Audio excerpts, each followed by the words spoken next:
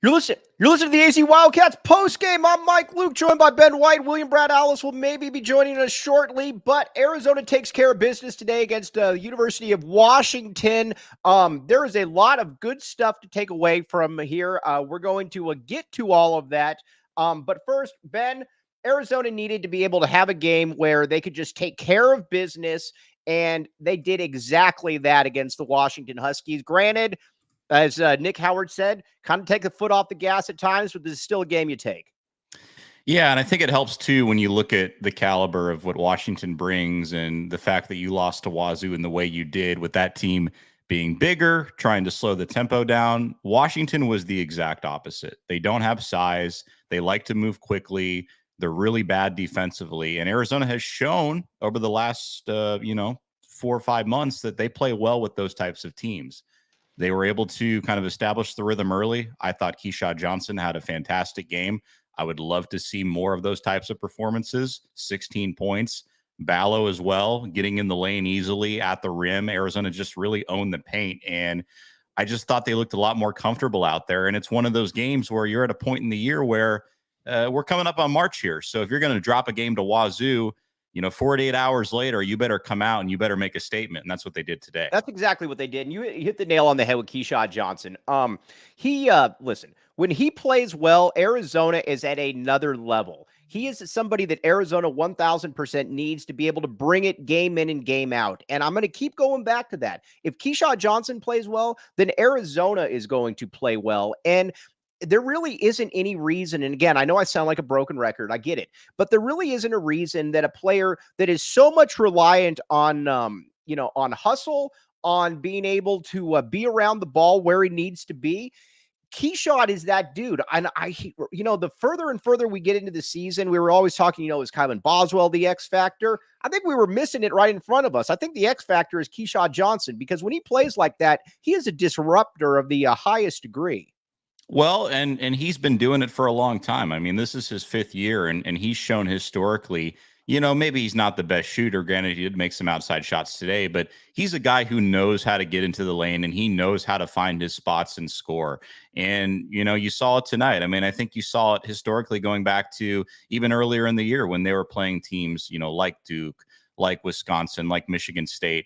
Well, he wasn't necessarily scoring, 20 plus points. He was scoring, between 12 and 17 points. And I thought he was impactful on both ends of the court. And that's what this team needs. I think there's a level of, there's a lack of energy, I think, over the last couple of weeks. And just when we've seen Arizona struggle in these games, at Oregon State, at Stanford, the energy just isn't there. And while I think Arizona goes as far as somebody like Caleb Love will take them, I think from an energy standpoint, Keshad Johnson is the most important player on the team when it comes to that. Yeah, and you know what's wild about it too, and we'll get to Kylan Boswell here in a second, but what's wild about Keshad is that everybody feeds off of Keshad. You can tell that when he is bringing it, there is a level, like there was an electricity in McHale today. That's for you, Jeff Goodman, that Arizona has had the last couple games, obviously. But man, when Keshad is doing that, he just gets everybody going, because he's the only player on the roster that I think has that inherent physicality along with that athleticism to be able to, do what he's doing. It's very, very impressive. Yeah, I mean, he's got the ability to get to the rim. He's got the touch to hit some shots either a little bit outside or kind of in that mid-range area. And he's quick too. Like there was one possession in the first half that really stuck out, and I think it set the tone for the majority of the game for Arizona, where he made a 3 or a mid-range shot, I forget, and then right down the court immediately, he beats every single Arizona player down the court, and he's blocking a Washington shot at the rim right there, which should have been an easy layup for Washington, but he's right there on the other end blocking it. And just that energy is what this team needs. And I think when you look at what they did today too, right, you look at the points in the paint. I mean, 42 points, 10 of 13, I think to start was just pure paint points. So that's the thing with Arizona, right? If they establish themselves inside and play inside out, they can beat any team in the country. The problem we've seen is when they run into a bigger team, when they run into a team that wants to play a little bit more slow, From a matchup standpoint, things can get a little bit more challenging, and they're not able to do that. But a game like this, there's no reason you shouldn't beat Washington in the fashion that you did today. And you would hope that this carries over, because Arizona's at a point in the season where, yeah, we probably know where the seed is. We know the region and where they're going to be playing in March. But at the same time, Pac-12 tournament is right around the corner. You want to be able to take care of business there and move forward. So, Brad, again, we're going to get to the second half in a second, but we were talking about Keshad leading here. And again, that this is something that Arizona needs. When Arizona has Keshad Johnson playing like this is a really, really, it's a different team entirely. And again, we're going to get to that, but I want to get Williams' take on that. Yeah, he came out motivated. He came out as the kind of player that my wife fell in love with during the Red-Blue game. He had 3-4 block shots in the first half, high energy, took open shots. Got back on defense. I thought he looked really fantastic. He was the guy we've been kind of waiting to see for a few weeks here and there, as Arizona has had some consistency efforts, not only from him, but from some other players. But if Keshad Johnson can play like that, a force on defense, a force on the glass, a comparable, complementary offensive player, Arizona's going to be in really good shape. All right. Now with Kylan Boswell, listen, Kylan Boswell was much, much better in the second half. And so we got to give him kudos on that. The first half, again, the first half, he was kind of, I guess he was less than ideal. The second half, he was more engaged. The key for me is being able to get him out there when the game is in doubt, playing well, because again, we know that he's capable of it. So I would have much rather have seen him do that in the first half than the second half, if that makes any sense. Well, I think when you look at him and what he did today, right, and he's obviously struggled, and we've been having the conversation as to where do his minutes stand. Do you go to Bradley? Do you make that change? And there were just a number of possessions tonight, especially in that first half today, where he got lost on defense or he passed up a wide open look. I mean, just the confidence is shot, man. And I think you're really in an issue, and you have a problem where there was a possession there in the first half where he had a wide open look, and he was initiating the offense. I think he got the ball to Johnson, but he's just standing there on the perimeter, and there's not a Washington player within 8 feet of him. Right. So that's a problem. Teams don't take him seriously offensively lately. Defensively, he gets lost in screens, and he's just not doing the basic things. And again, I don't think it's a talent thing. I don't think it's an ability thing. I just think that there's something off there with that energy and that motivation. And you saw Lloyd light him up today. I mean, Lloyd never gets visibly upset. He went Sean Miller on him right there. He went crazy on him today. So that's got to tell you there's something going on behind the scenes that maybe we don't know about. And again, you're at a point in the year where this is really crappy to have to be dealing with this, because March is coming up. So if you got a problem at starting point guard, that's going to be an issue for you come tournament time. William, can you hear me? Yeah, I mean, I still question why he's the starting point. Yeah, I was muted. Why is the starting point guard? I mean, they're better with Bradley on the floor. We saw that during that middle stretch where they really increased the lead. We saw that to start the second half when Washington went on the little run. They put Bradley back in. Washington was suddenly down 18 again. Other than being a creature of habit, and we saw that with Lute, where sometimes he knew his better player was off the bench. I do not understand why Jaden Bradley's not the starter on this basketball team. Yeah, it's something that doesn't make a ton of sense to me either. I don't really know exactly what we're doing, but either way, this was a win. There's some good things to take away from this win, and we're going to get to those as well. Something else that we need to give somebody some credit that I don't think gets nearly enough credit here, and I've probably been a little bit remiss in this as well. But one thing that we need to give credit to is the Desert Financial Credit Union, my friends. Desert Financial Credit Union. Check it out. All kinds of good stuff going on there. Again, it's for the people, by the people, and let's get to the Desert Financial Credit Union by the numbers. Remember, Arizona's #1 credit union named by Forbes. This was this was a game that it was a little bit kind of a tale of two halves to a certain degree, in that Arizona got out to a 23-point lead. Washington got it back. Arizona didn't play as well in the second half, obviously, but overall, this is a game that I would take for Arizona. Yeah, I mean, you have to, right? And I think the one thing that we've talked about over the course of the week is if Arizona finds itself in a predicament like they did on Thursday against Washington State, how do you respond with these quick turnarounds? Because historically, we've seen this year where Arizona loses a game they're not supposed to lose, or they just get outplayed in all aspects of the game. that next game hasn't exactly been impressive. Now, granted, Arizona has won coming out, after a loss, but at the same time, there hasn't been just that foot on the gas mentality. We're going to beat the crap out of this team. And you have to have that. And I think tonight, I get it. Look, there were some struggles in the second half. It was closer than it needed to be at one point. It shouldn't have been in the single digits there. But at the same time, Arizona controlled this game. They owned the paint. They shot well. Caleb Love played out of his mind per usual. And I think the one positive for me, and we'll keep coming back to it, and I'd love to see this carry over, because with the situation you have at point guard with Boswell struggling, and it seems that this team isn't quite ready or even willing to turn the reins over to Bradley, you're going to need a second guy to be consistent and step up. And I think that guy, Mike, again, it has to be Johnson. All right, we're going to get to some of those guys. But first, somebody we got to give a lot of credit to that I don't think necessarily gets enough credit is Umar Ballo, leader of men. Listen, at the end of the day, this dude is a double-double machine. 7 straight double-doubles. Yes, he has problems in the defensive pick and roll. I get all of that. But Brad, you and I have been watching Arizona basketball a long time. There's not a lot of players that you could just pencil in at a double-double. And he's putting up Ben Davis type numbers, where essentially it's 15 and 10 every single game. He has been a really good player for the University of Arizona. Yeah, I mean, I think I feel like U of A fans, and maybe it's fans across basketball, are more critical of big guys than any other position. We don't get mad that Kelvin Ifan didn't have game-breaking speed, right? Right. What was he? He's a power back. Right. Well, Umar Ballo's a big plotting big man. He's not Channing Frye. He's not Jordan Hill. But he's a darn good at what he is, and he's a space filler. He gets you a double-double. Does he have any game beyond 8 feet? No. No, and he never will, and I don't care. Does he have hands like feet? Yeah. Does he get winded because he's a 280-pound dude gumming up and down the floor? Yeah, he's not Christian Coloca.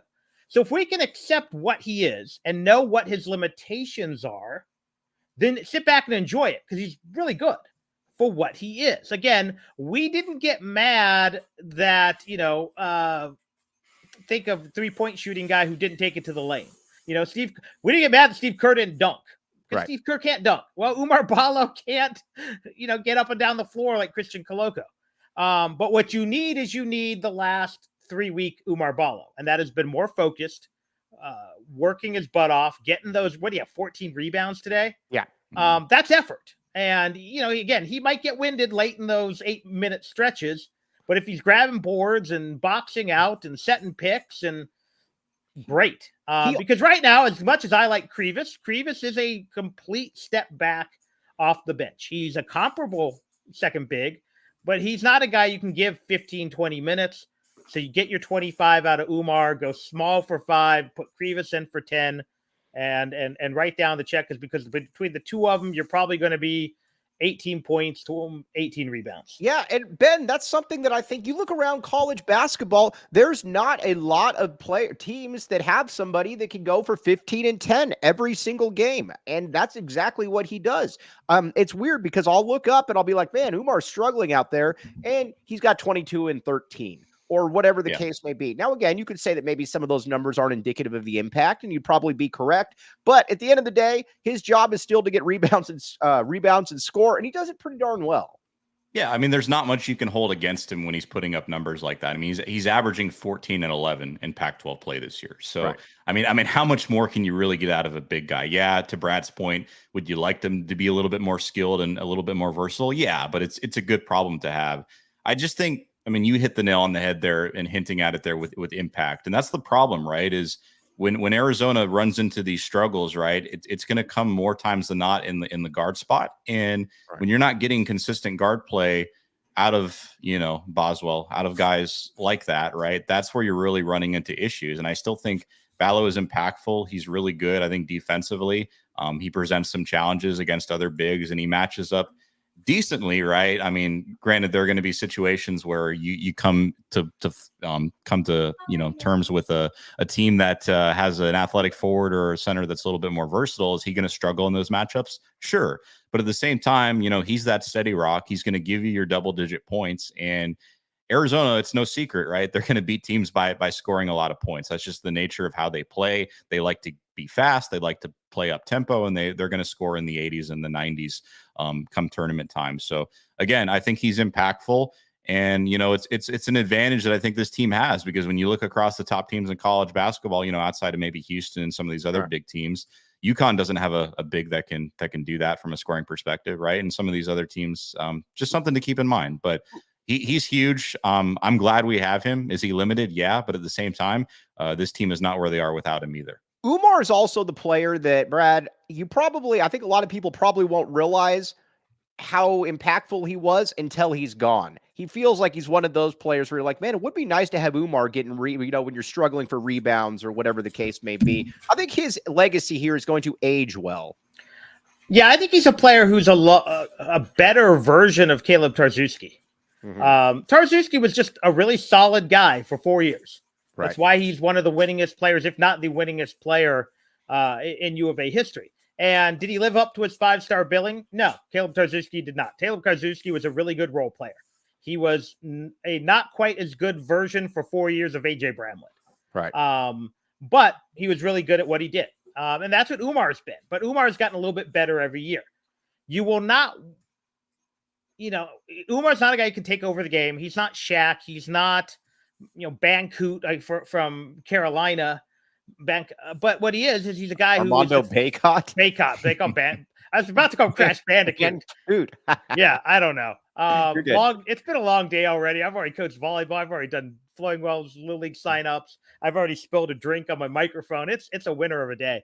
But the fact is, Umar Ball is the kind of guy who you don't realize helped you win a championship, because he's that third guy. He's that fourth guy. But yeah, I think I think for the most part, fans look favorably upon him. I also just think, again, fans can be hypercritical of big men. And you and I were trying to figure out the one big guy who didn't face criticism, and it might have been Jordan Hill. Other than that, I remember people who didn't like Channing Frye.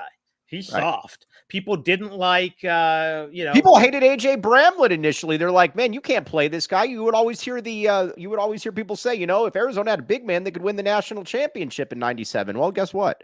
Yeah. So I think that's just something people like to be. Again, Caleb Tarczewski was a perfect role player on that team.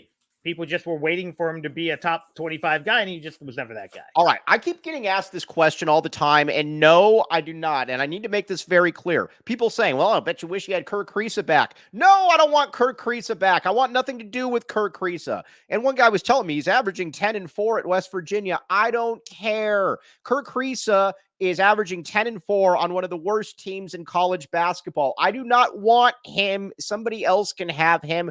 This whole revisionist history thing about wanting Kirk Kriisa back, no thanks. Somebody else can have him. Ben, I can see you disagreeing. No, I actually agree with you. And the reason being, right, is despite the fact that Boswell is struggling, when Boswell is playing his A game, that he is better than Kirk Kriisa. Right. He brings more to the table defensively. I think offensively, he's a lot more athletic. He can make shots more consistently than Kerr, because look, Kerr can hit some shots, but man, is he inconsistent. And outside of that, when he's not hitting shots, there's not a whole lot he can do. And I get Boswell has struggled, and I get that we're in a position where you probably need to go to Bradley at this point. But at the same time, he has shown us glimpses, early in the season. That Duke game comes to mind. I mean, he was unbelievable on the defensive end, and he was a big reason as to why they won that game. So yeah, I think that Boswell brings a little bit more. I think it's really easy to sit here and hype on the past and say you could have, should have, would have done that with a player, but Kerr's gone, and doesn't matter. It doesn't matter at this point. And speaking of which, Kirk Kriisa, K's, you know what? With his shooting percentage, I doubt that he's been to Circle K, my friend. I doubt he's also part of the inner circle. We probably agree with this. I would hope so. Okay. Join Inner Circle for free by downloading the Circle K app today. Terms and conditions apply at participating locations. Visit CircleK.com for details. And some boroughs. Ben, have you been to some boroughs before? I have not. Tell me all about it. William, you've been to some boroughs, have you not? And you said, was it good? If you didn't like it, don't say it. Brad, you muted yourself, but that's okay. All right. I know Tyler's eating Girl Scout cookies in the background. I'm trying to keep it silent. I don't listen, man. When you got the next Raymond Polito right there, you do what you got to do. All right. Let Some Boroughs cater your next meal, big or small. Order online or find one near you by visiting someburrows.com. All right. Seth Davis was saying that there's no way that Arizona's a number 1 seed. Seth Davis is a buffoon. Because again, you look at almost every bracketologist, they all have Arizona at a 1 seed. Scott Schlittenhardt, the great Scott Schlittenhardt, very good point putting that up there. Ben One White also messaged me that during the game. Listen, people always focus on Arizona's flaws, this, that, and the other. Here's the point. If Arizona wins out, or they might even be able to drop a game, guess what? Arizona's probably going to get a number 1 seed. Deal with it. Can someone explain to me how that guy has made himself a prominent college basketball person? Because he doesn't seem to know college basketball. It's wild, and he's been a staple for, 20 years now? And I know he used to write for SI, or maybe still does. I don't even know what SI is anymore. And maybe he's a really good writer, like technical writer. But if I'm looking at college basketball guys, everyone from like Borzello and all those guys, there's a massive Andy Katz. Andy Katz, great. And even when I don't agree with them, I understand where they're coming from. But I look at Seth Davis, and when he's talking and on those CBS shows, especially, I'm like, Barkley gives more insights, and Barkley just makes stuff up. Barkley doesn't even watch until March. Barkley's like, I'll take Arizona. They're not terrible. But Barkley admits it, though. I give him credit for that. But I don't get Seth. What's his claim to fame?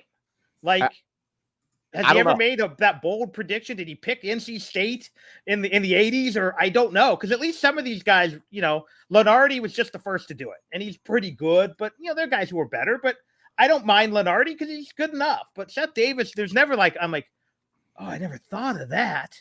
Right. No, there's none of that. But again, I also, what also annoys me about Seth Davis is that he's also the guy that I think tries to be a little, try to put out the contrarian view just to be able to, Seth Davis said that. Dude, look at every bracketologist. They're all saying that Arizona right now is a number 1 seed. You're the only one not saying that. You could have looked at any bracketologist. You could have even asked me, and I could have told you that, Ben One White. Yeah, well, you know what they say. There's no consequences for being wrong. So that's the nature of his work, I guess. All right, Mr. Tyler Warden, the great Mr. Tyler Warden. I love you, but you were definitely wrong on this one. This team's potential is the greatest of any team in Arizona history. Now, 2001 would smoke this team.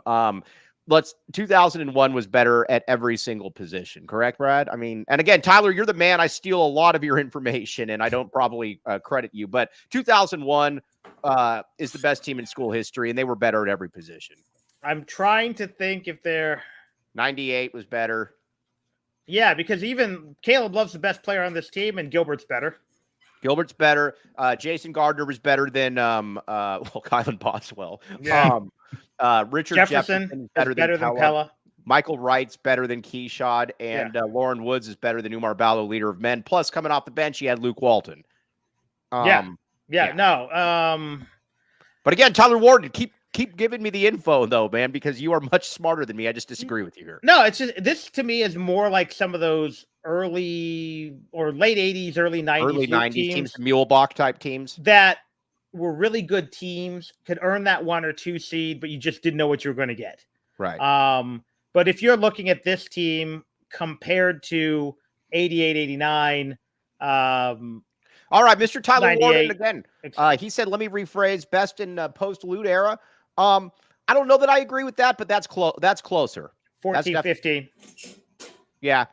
14, 15 is better. Other than that, I think he's right. This team, I think, beats the 11 Elite 8 team. This team beats Tommy's team 2 years ago. Yeah, I agree. I agree. I would agree with Tyler on that. Yes, post-Lute, post 2005, I'd even maybe go. Right. So, okay. Now, we need to talk about the bench, though, because the bench is now becoming a little bit of a concern. And again, this was definitely pointed out there. KJ Lewis is struggling right now. KJ Lewis is not playing good basketball. He's fouling a lot. When he comes into the game, he's not playing great. Jaden Bradley, I like Jaden Bradley. I wish that he would start, actually. But Mount Crevis, like Brad said, also is kind of he's a massive step backwards. He didn't appear to be earlier in the season, Ben. And this bench was something that I think a lot of people were kind of banking on. We need to get the bench back. We need to get the bench right. Well, I think you're at a point in the year, too, where there's just so much going on, especially in that starting lineup. And I think the big elephant in the room is Boswell. And part of me thinks that just kind of trickles down to the rest of this team. But no, you're absolutely right. I mean, Lewis did not look comfortable out there. He was fouling a lot, no points. I mean, Mount Kribis, same thing, right? And Mount Kribis is a guy you're going to need because Ballo does not match up with every single big, especially in college basketball come tournament time. We've talked about it. More athletic teams with quicker, with slower paces, it's going to be tough. And you need Kribis to be able to go in there and at least have some confidence and you're at a point where he passes the eye test, right? He's able to go in there, be productive, get you some points defensively. He's blocking some shots maybe one day and getting some rebounds. But yeah, you're going to need this bench because Love, as good as he is, I mean, the problem is, right, outside of Love and Ballo, I mean, in this starting lineup, and I guess Larson to a degree, there's still two guys in that starting lineup where you just don't know what you're going to get every game, and that's Keshad and Boswell. So you're going to need some productivity there from the bench, and they've got to get to a point where, you know, we're almost here in March. You got to get comfortable. You got to come in and make an impact when you're in the game. Vegas Allen, I love you, even though you were taking shots at me in the YouTube comments and on Shear's board, but we still like you, my friend. Okay, now, but yeah, that's a big part of it. That's a big part of it too, is that this bench just needs to be more consistent. And this was a game that I was hoping, and Shu was mentioning this pretty much all season, that that Kribis was kind of the equalizer coming off the bench, because not a lot of people had somebody like Kribis coming off the bench that's 7'2" that could play. But that leads me to something else, William Brad Allis. You've been calling for more Pauly M and for more Philly B. Make the case.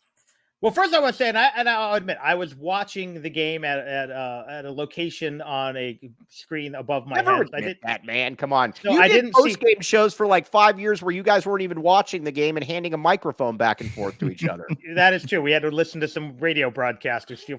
But my thing is, and Kribis hasn't been great, but didn't he give you enough today? I mean, won't you take 4.7 rebounds? I mean, true, but maybe. And again, go ahead. Sorry. He hasn't been consistently that guy, but I think today he and Bradley gave you what you needed from the bench. KJ Lewis is under that, and I think Lewis and Kribis to a lesser extent all hit. We always see the freshman wall in February. I think they've hit it. So hopefully they can get that second win, because if they can't, then yeah, Arizona has some death problems.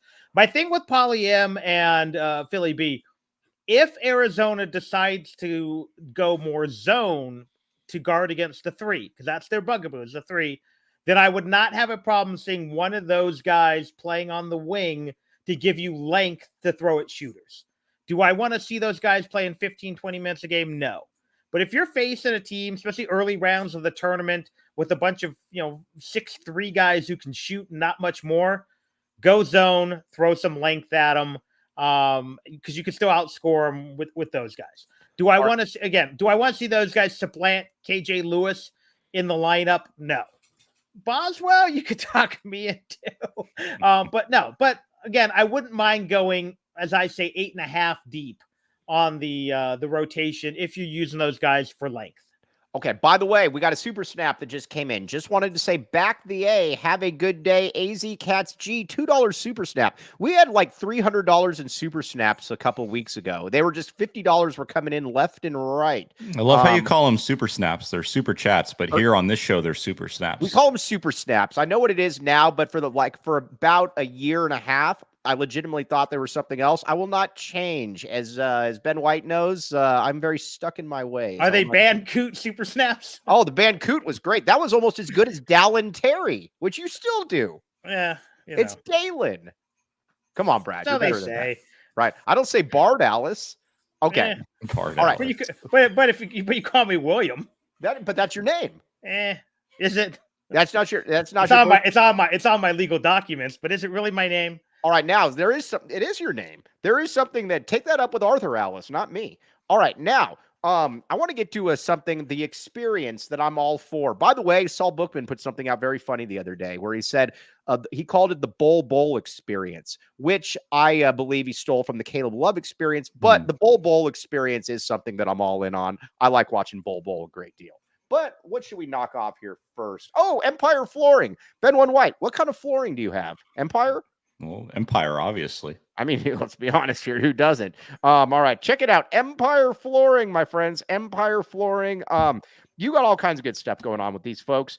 You can Schedule a free in-home estimate today. All listeners can receive $350 off discount when they use promo code PHNX. Restrictions apply. See EmpireToday.com/PHNX for details. And let's see, PHNX events. If Eric Ruby, if you could pull up the takeover for the Tempe Takeover, we got one of these going on, and we got one of these going on Wednesday up in Tempe. Get your tickets, only a couple left. We'll also be having a tap and bottle watch party down here as well. So again, PHNX all over the place for the people, by the people. Check it out. Okay, now Caleb Love just went over 2,000 points. I'm all for it, and I know I'm going to be made fun of here. I'm all for the Caleb Love experience. The one thing that I don't like about the Caleb Love experience is the missing of the dunks. That bothers me a great deal. But this is also one of the better scorers that we've seen at the U of A. Maybe not one of the most efficient, but he's one of the more naturally gifted scorers that we've seen at Arizona. And he's, like I said, he's a guy that wants the ball down the stretch. We need to properly appreciate him, William. Absolutely. And again, I can take the experience for what it is. And you look at it, he's a volume shooter, volume scorer, but his efficiency is not awful. It's not great. But today he was, 50% behind the arc? 5 for 10, 5 yeah. of 10. Now, I know at one point he was 4 of 5. So he cooled off. What do you have, 20 points at the half? When he is going, he's going. Now, you're going to have to put up with the heat checks. One of them was great. He had the 22-footer with the guy, not necessarily hand in the face, but his face was in his chest, and he drained it. Then he had one a little later, clanked it. But I can live with that if I'm going to get 28 points. If I'm going to get, what do you have, 7 rebounds today, I think it was? And he had and he's not a bad passer. I know that people wished he would pass more, but he's not a bad passer, though, either, William. He had 5 assists. No, he had 3 turnovers, but overall, I will take all those numbers. You know, I know there's Bird scores and some of these other metrics. I'm going to guess his metrics were pretty good today. Right. Ben, you're one of you speak for the younger generation. Caleb Love, are you guys all in on the Caleb Love experience? I don't think you got a choice at this point because God knows where Arizona would be without Caleb Love.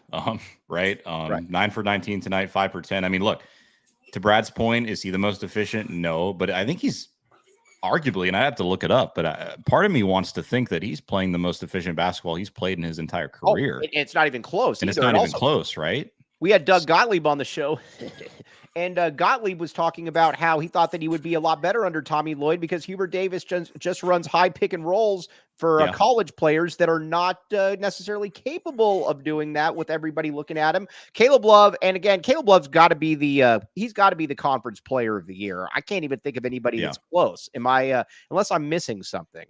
No, he's definitely the conference player of the year. And I think what's good about him, right, and the fact that he came here, shows you 2 things, right? I think he wants to get better for the pro level, and I think he came to reality with the fact that, hey, my MO is that I'm not an efficient player. I'm kind of a ball hog, and I need to change that. So that's 1. And 2, you come to play with a team like this, obviously that's competing for a national title.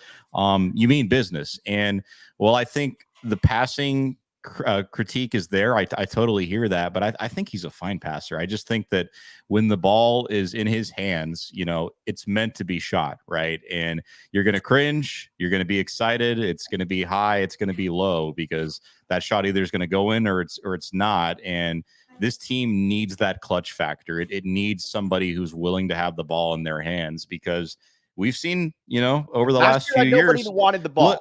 That's where I'm going with that, right? In the Princeton game in that second half, nobody on this Arizona team wanted to be aggressive. Nobody wanted to score. Caleb Love is not going to lose to Princeton, a team like that. I'll tell you that much right now. And while Arizona has its challenges, and it's certainly not a perfect team, when you have a guy on that team who has been there at the highest level, he knows what it takes. He has that instinct. You're going to be in a better spot than not. William, I see you salivating. No, I had to mute because my daughter's mad that I bought ice cream and ate it and didn't share with her. So, I don't. Because I'm the Caleb Love of ice cream. I was going to say, I get that. But again, this team also is, listen, I mean, I get people all the time. They're like, well, the offense is a little bit more, stagnant with him out there, this and that. That to me is not on him. That's on Tommy Lloyd. That's on other players. If you're going to stand around and watch, that's on you. Because again, here's the other thing. And this was brought up on a Shears board, and I'm going to take credit for it. I don't know even who brought it up, but Pelle, first of all, we're going to talk about Pelle driving. I like Pelle when he drives. But Pelle is kind of a passive dude. Pelle passes up open 3-point shots. Boswell doesn't want anything to do with the ball. Caleb's not really Jaden's not really a shooter. Obviously, KJ Lewis is a freshman. Who exactly is he stifling? That's my point that I keep coming back to, fellas. They're one of the most efficient offenses in the nation. Right. That's the thing. I at the end of the day, and again, I know metrics don't always tell the story. What we see is not always what we get from the numbers. What are they, top 15 in offensive efficiency or offensive numbers? And they have been all year, yeah. And well, yes, he sometimes will take a 20-foot 3-pointer or a 22-footer. They also had amazing ball movement at times today. Right. And now maybe some of that is Pelle being passive or Boswell not one to shoot, but the ball gets moved around. There was one, I think they had 7 perimeter passes before a guy drained an open 3. So yeah, at times he can become a black hole, but we've also seen some Arizona teams where no one wanted the ball. So I've signed up I'm fully in on the Caleb Love experience. If that means he's a black hole at times, great. If that means he misses the game-winning shot, at least he's getting the shot off, because we've seen when they don't. And yeah, I'm fine with what I've seen from that. Again, my biggest concern with this team is toughness and perimeter defense, and that has little to do with Caleb Love, and has to do with a lot of other. And that's why you want Philly B in, because when we think about perimeter defense and we think about guys that can really stifle the competition, that's where you want Philly B in there. This is correct, Brad. Only if they're running zone, but yes, I will take him in the zone with that length. Right. Okay. Yes, exactly. Let's see here. What Andrew Pelle up? Yes, this is a good point. This is a good point. That's why I rely on all of you guys, because you're much smarter than me, obviously. But Pelle is our key to success. When Pelle scores and plays with aggression, we're more likely to win. Listen, man, I've made fun of Pelle for not being able to dribble. When Pelle takes 2 to 3 dribbles and gets to the basket, you're right. I mean, he is he's a real difference maker, Ben One White. Well, I think he is offensively. It's kind of been refreshing to see. I mean, when you look at what he's done over the last 7 games, 4 out of the 7, he's been in double-digit scoring figures, and we're talking, 17 points, 27, 18, 17. So he is aggressive, and he's been a guy, I think, that, to your point, he's sold himself short a little bit, and he's finally, I think, coming to a point where you got to come out of that shell, because you're not getting it from Boswell. Bradley, well, I think, can be a lot better offensively. He's still not at a point where he's either not given the opportunity or he's still developing into the type of player that he is. So, you've got to look to him to make some shots and keep Arizona in some of these games and provide that consistency. And you talk about doing it on both ends. I mean, he's indicative of that. I think defensively, he takes that to heart, and he's a really good defensive player. And that's what this team needs, because if this team's not playing defense, to Brad's point, you're going to run into a lot of situations where, maybe that opposing team in the first or second round is going to shoot 50% from 3. And at that point, we've seen the story. We know Arizona probably loses that game. So it translates to every other aspect of, I guess, where Arizona's trying to focus and where they're trying to play strategically, because somebody like him can just do so much more. And I'm glad to see that he's finally realizing that. All right, everybody be nice to Philly B, though. Listen, there's no reason for cheap shots. There's no reason for any of this. Brad wants to see more Philly B as kind of a Reggie Geary type out there, and I don't really blame Brad for one. I don't necessarily agree with that, but Brad's making the case for Philly B as kind of that glove, that Gary Payton type out. Yeah, you should join a political party at Twisting Words, Michael.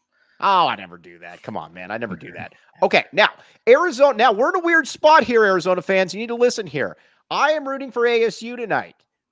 This happens very, very rarely, but I'm rooting for ASU because we need Washington State to lose a game.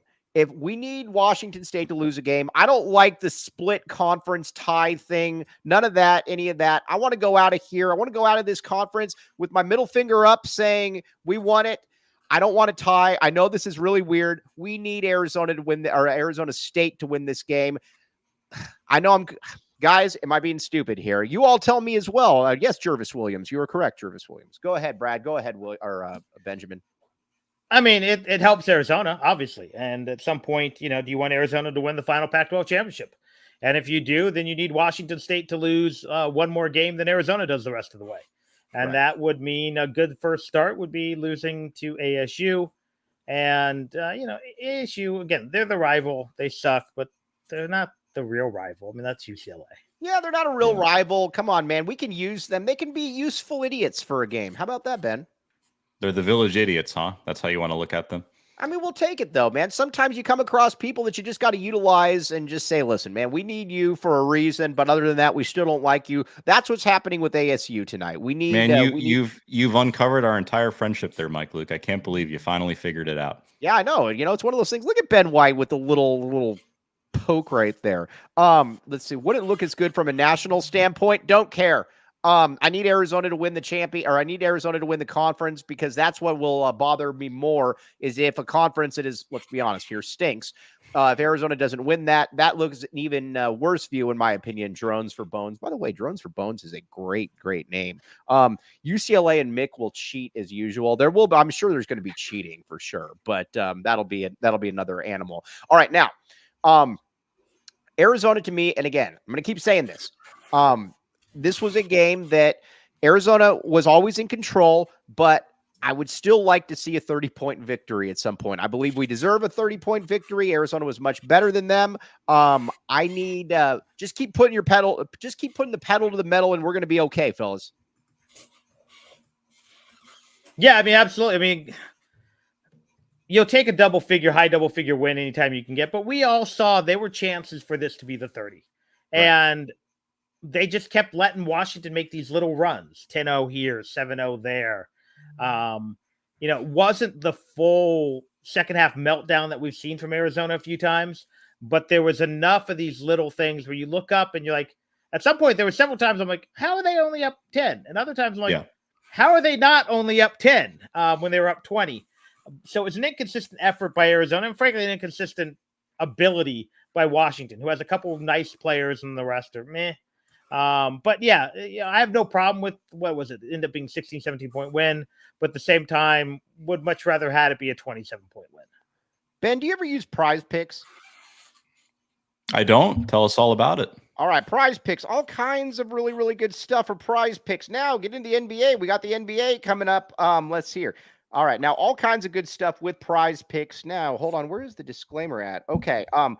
All right, go to prizepicks.com/PHNX and use code PHNX for a first deposit match up to $100. That's prizepicks.com/PHNX and use code PHNX. Daily fantasy sports made easy. All kinds of good stuff.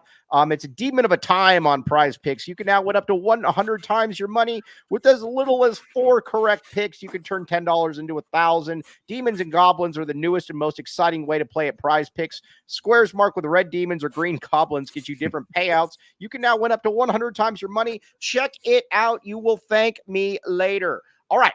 On that note, though, we're going to sign off. We did good work today. Everybody out there, appreciate you guys as always. William Brad Allis, you stay out of trouble. Ben One White, you keep making plays. And go ASU tonight. Bear down, back the A. We'll be back with you on Monday. You've been listening to the AZ Wildcats postgame. We all silly like the mayor.